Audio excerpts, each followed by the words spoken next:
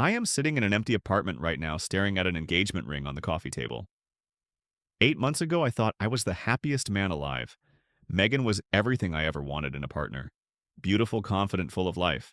I believed we would grow old together. But one sentence during an argument changed everything. She looked me dead in the eyes and said, "You think you are my only option?" I had no idea where that question would lead me. Before I begin this story, let me know in the comments where you are watching from today. If you believe everyone deserves to be valued in a relationship, hit that like button and subscribe to this channel.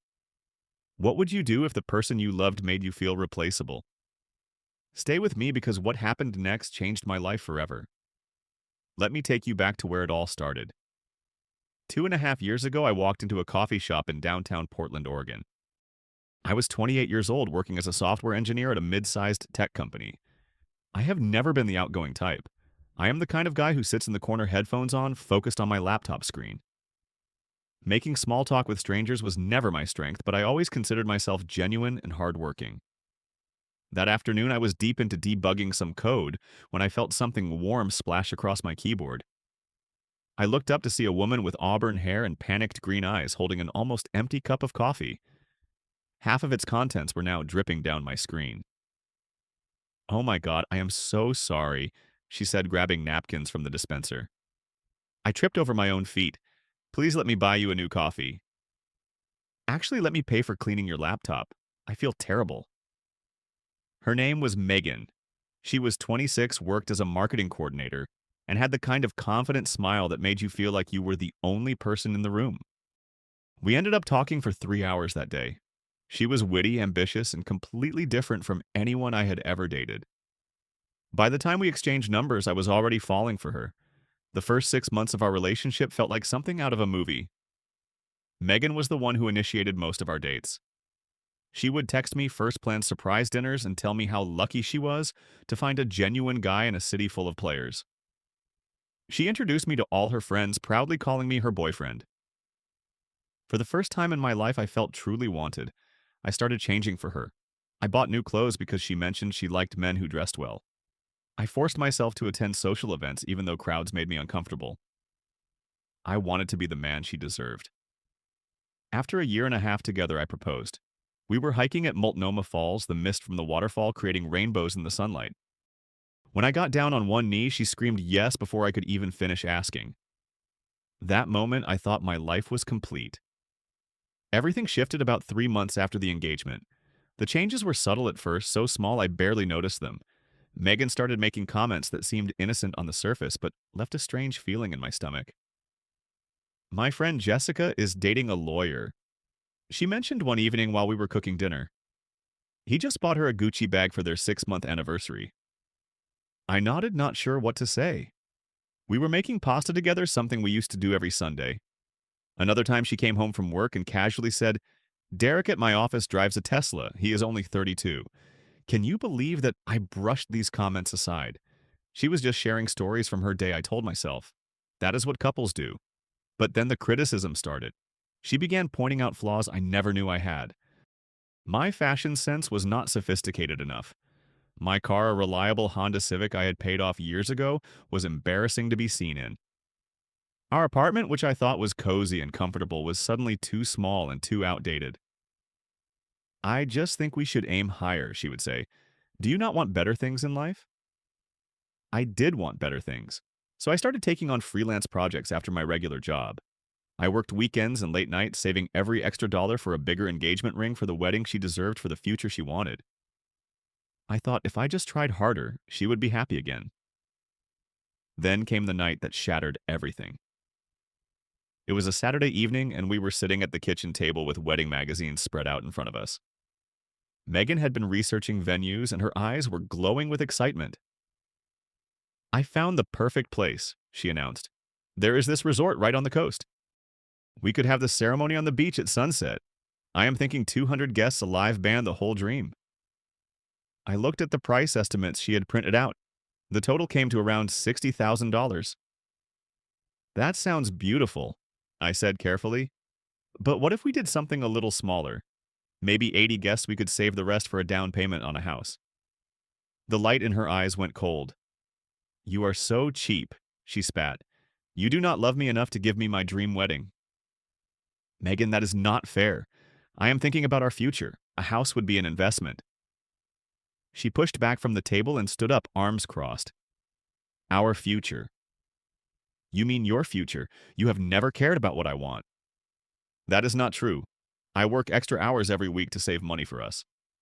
Maybe if you had a better job, you would not have to work extra hours. The words hit like a punch to the gut. I sat there stunned, unable to form a response. Megan was not done. You know what, Norman?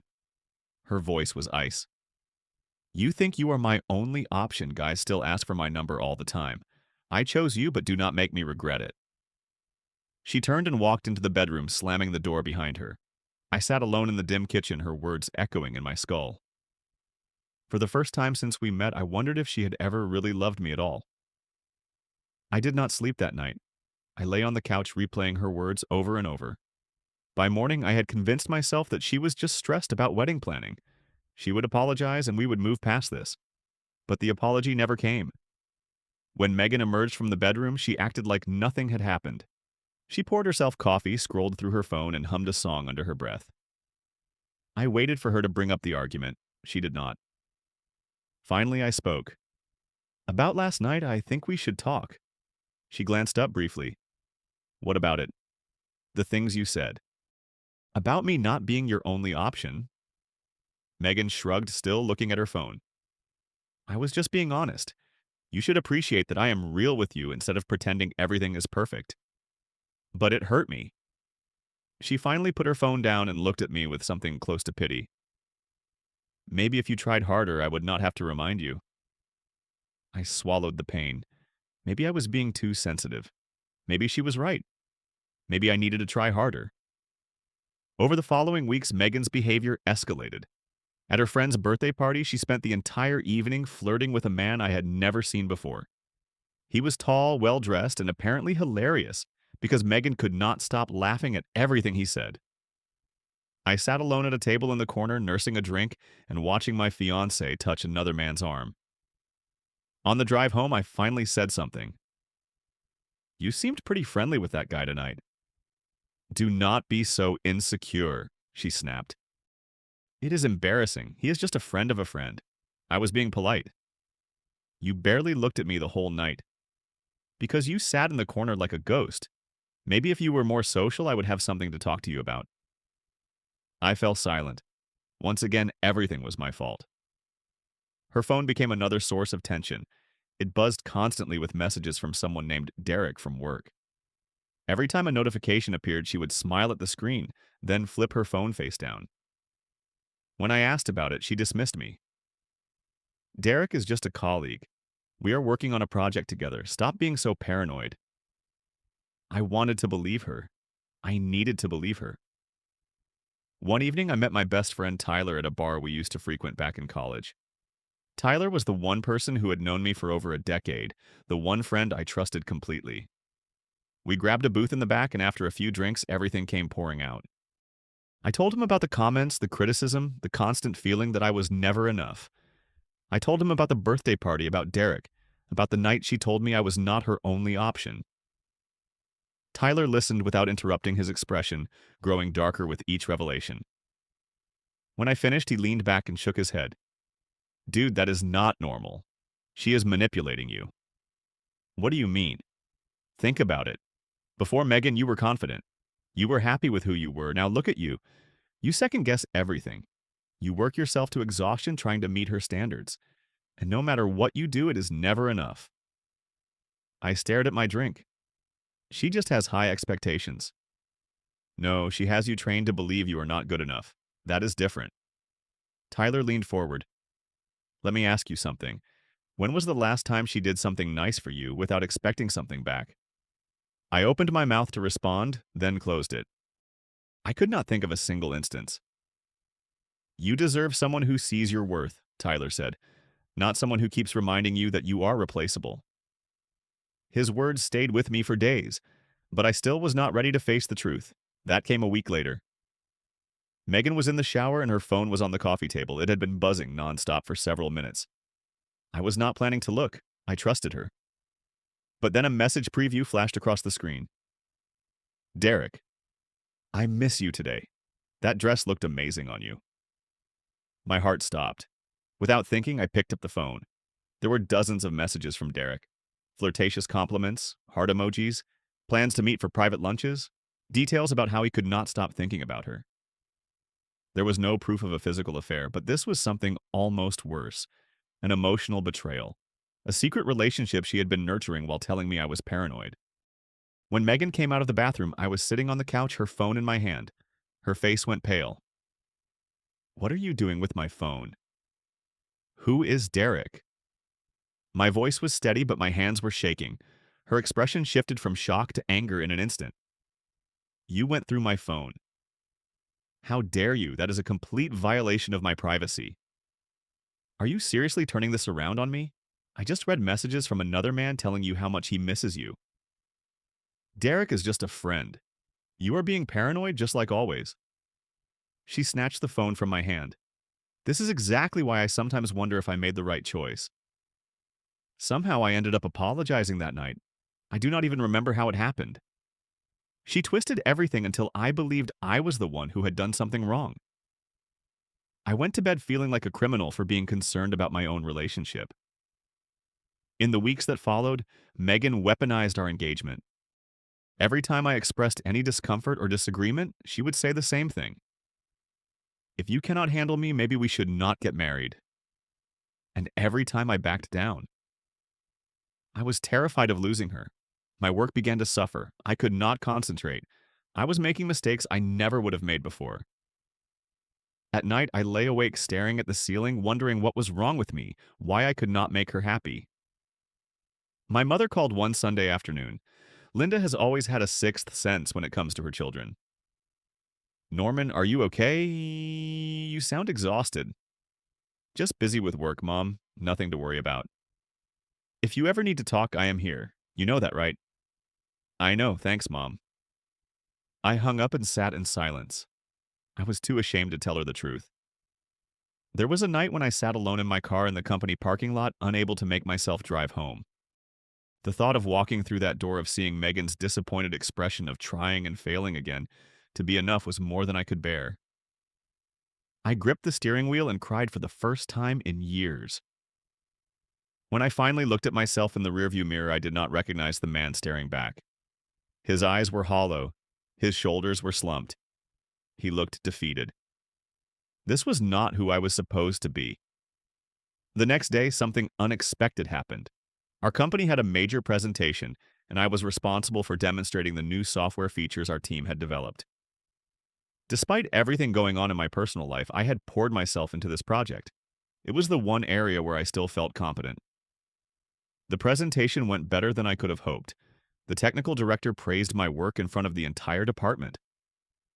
For a few minutes, I remembered what it felt like to be good at something. After the meeting, a colleague named Caroline approached me in the hallway. She was a project manager who had joined the company about 6 months earlier. We had worked together a few times, but never really talked beyond professional matters. Norman, that was impressive, she said with a genuine smile. You are really talented. I do not know why you always seem so down lately. It was such a simple statement, but standing in that fluorescent lit hallway, it hit me like a revelation. Here was a person who barely knew me, and she could see my value. My own fiancée, the woman who was supposed to love me more than anyone could not. That night, I made a decision. Instead of going home to wait for Megan, I stopped at a gym and signed up for a membership. It was a small act of rebellion, but it felt monumental. For the first time in months, I was doing something for myself. I started working out 4 times a week. I reconnected with Tyler and some friends from college I had neglected during my relationship with Megan. I threw myself into my work with renewed focus, not to earn her approval, but because I genuinely enjoyed what I did. My boss noticed the change. 2 months after that presentation, she called me into her office and offered me a promotion to senior developer. It came with a significant raise and the opportunity to transfer to our Seattle office if I wanted a fresh start. I said yes to the promotion. I asked for time to think about the transfer. The changes in me were visible. I lost 15 pounds of the stress weight I had gained. I stood straighter. I smiled more. People at work started commenting on how different I seemed. Megan noticed too, but not in the way I had hoped. Instead of being proud or supportive, she became irritated. "Why are you always at the gym?" she complained one evening. "You do not spend time with me anymore." "I'm taking care of myself," I said calmly. "You should be happy about that. I liked you better before. You are becoming someone I do not recognize." The irony was not lost on me. The man she claimed she did not recognize was actually the man I used to be before she tore him down. A turning point came at the company holiday party. I showed up looking the best I had in years. New suit, confident posture, genuine smile. Throughout the evening, several female colleagues approached me with conversations that went beyond casual small talk. One of them, a woman named Brooke, who was friends with Caroline, asked for my number. "I would love to grab coffee sometime," she said. "You seem like a really interesting person." I politely declined explaining that I was engaged, but as I walked away from that conversation, something clicked into place. I had options. I had always had options. I just never believed it because Megan had spent so long convincing me otherwise. I did not need to beg anyone to stay in my life. The Seattle job offer was still on the table. That night, I called my boss and accepted the transfer. I found an apartment online and signed the lease the following week. I did all of this without telling Megan. She had made it clear I was not her partner in any real sense. I was just someone she kept around until something better came along. So I made my own plans. The final confrontation happened on a Friday evening. Megan came home later than usual. When she walked through the door, I noticed something was different. Her perfume was mixed with another scent, a cologne that was not mine. I was sitting in the living room with the lights off waiting. "Why are you sitting in the dark?" she asked, dropping her purse on the counter. I reached over and turned on the lamp. "I think we need to end this." She laughed, actually laughed. "You are breaking up with me, seriously." She shook her head in disbelief. "Good luck finding someone else. You know how hard it was for you to get a girl like me." I stood up slowly. "I used to believe that. I spent months believing I was lucky just to have your attention, but I realized something important." "Oh, really? And what is that?" "I have always had options. I just chose you. And I kept choosing you even when you treated me like I was disposable." I reached into my pocket and pulled out the engagement ring as she had been wearing before she took it off at night. I had found it in her jewelry box that morning. I placed it gently on the coffee table between us. "The question is," I continued, "when I walk out that door, do you actually have the options you keep bragging about?" For the first time since I had known her, Megan was speechless. The confidence drained from her face. "Norman, wait." Her voice changed suddenly soft. "I was just testing you. I wanted to see if you would fight for me. Someone who loves me would not need to test me by making me feel worthless." Her eyes welled with tears. "I am sorry. I did not mean those things. Derek means nothing to me." "This is not about Derek." I picked up the suitcase I had packed that morning. "It is about the fact that you spent months making me feel like I should be grateful you chose me, while treating me like I was disposable. We can work through this. I can change." "I got promoted," I said. "I am transferring to Seattle next month. I already signed the lease for my new apartment." Her mouth fell open. "You planned this without telling me?" "You made it clear I was not your partner. I was your backup plan, so I made my own plans." I walked to the door and opened it. Behind me, I could hear her crying, pleading for me to stop. But I did not turn around. I stepped into the hallway and let the door close behind me. In the weeks that followed, Megan bombarded me with calls and texts. She showed up at my office once and had to be escorted out by security. She sent long emails promising she would change, begging for another chance. Tyler filled me in on what happened after I left. Derek, the man she had been emotionally involved with, had no intention of pursuing anything serious. He already had a girlfriend. All those lunches, all those flirtatious messages meant nothing to him. The options Megan had boasted about simply did not exist. Her friends started distancing themselves when the truth came out. The image she had carefully constructed began to crumble. Last I heard, she had moved back in with her parents because she could not afford our apartment on her own. That was the moment I understood the title of my own story. She once said I was not her only option. In the end, I proved her right. I was not her only option. I was her best option, and she lost me. The first 3 months in Seattle were harder than I expected.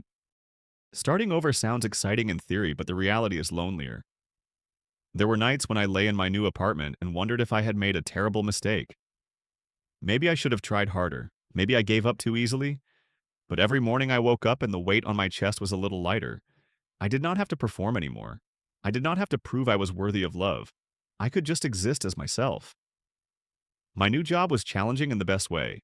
My colleagues were supportive and collaborative. I joined a hiking club and started exploring the mountains around the Pacific Northwest. On those trails surrounded by ancient trees and impossible views, I began to find pieces of myself I had lost. My mother flew up to visit me about 4 months after I moved. We spent a weekend together cooking meals in my apartment and talking like we had not talked in years. On the last night, she looked at me across the dinner table and said something I will never forget. "I have my son back. I was so worried about you, Norman. You seemed like a shadow of yourself. But now I see the real you again." I reached across and held her hand. "I see him too, Mom." I started doing things I had abandoned during my relationship with Megan.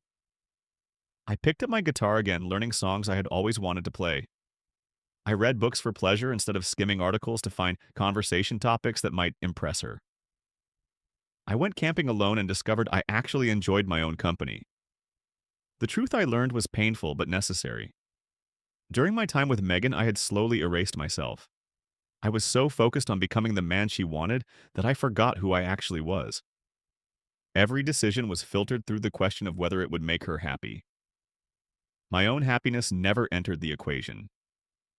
About a year after the breakup, I met someone new. Her name was Harper, and we crossed paths on a hiking trail in Olympic National Park. She had gotten separated from her group and was studying a map with a confused expression. I offered to help, and we ended up hiking together for the rest of the day. Harper was not perfect. She laughed too loud and got lost easily and talked to strangers like they were old friends. But when she looked at me, I felt something I had not experienced in years. She looked at me like I was enough. Not like I was a project to be improved or a placeholder until something better arrived. Just enough exactly as I was. We started dating slowly. I was not in a rush.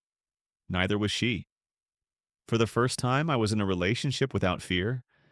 I did not worry about saying the wrong thing or failing to meet impossible standards. I could just be present. I do not hate Megan anymore. It took time to get here, but I genuinely wish her well. In a strange way, she gave me a gift. She showed me what I would not accept in a partner. She forced me to confront my own value when I had been too willing to let someone else define it. Here is the lesson I carry with me now. Your worth does not decrease just because someone fails to see it. If a person constantly reminds you that they could replace you, believe them, then let them try. Because the truth is, people who truly love you would never use your fear of losing them as a weapon. Do not ever beg someone to stay in your life when they do not recognize what they have. Last month, I stood on a mountain peak in Olympic National Park, looking out over a sea of clouds that stretched to the horizon. Harper was beside me, catching her breath from the climb. I thought about that night in Portland when Megan asked me if I thought I was her only option. I smiled at the memory. It does not hurt anymore. I whispered into the wind, "No, I was not your only option, but I should have been your best choice, and now I am someone else's." I took a deep breath of that cold mountain air and felt completely free. Sometimes being underestimated is the best thing that can happen to you. It forces you to see your own value when no one else will. Now I want to hear from you. Have you ever been in a relationship where someone made you feel replaceable? How did you find your way back to knowing your worth? Share your story in the comments below. If this video resonated with you, please hit the like button. Subscribe to this channel if you want more stories about finding strength in difficult moments. And if you know someone who needs to hear this message, share this video with them. Sometimes a story can change everything. Thank you for being here with me today. I hope you walk away from this knowing that you are valuable, you are worthy, and you deserve someone who never makes you question that. Take care of yourselves and remember, your best days are still ahead.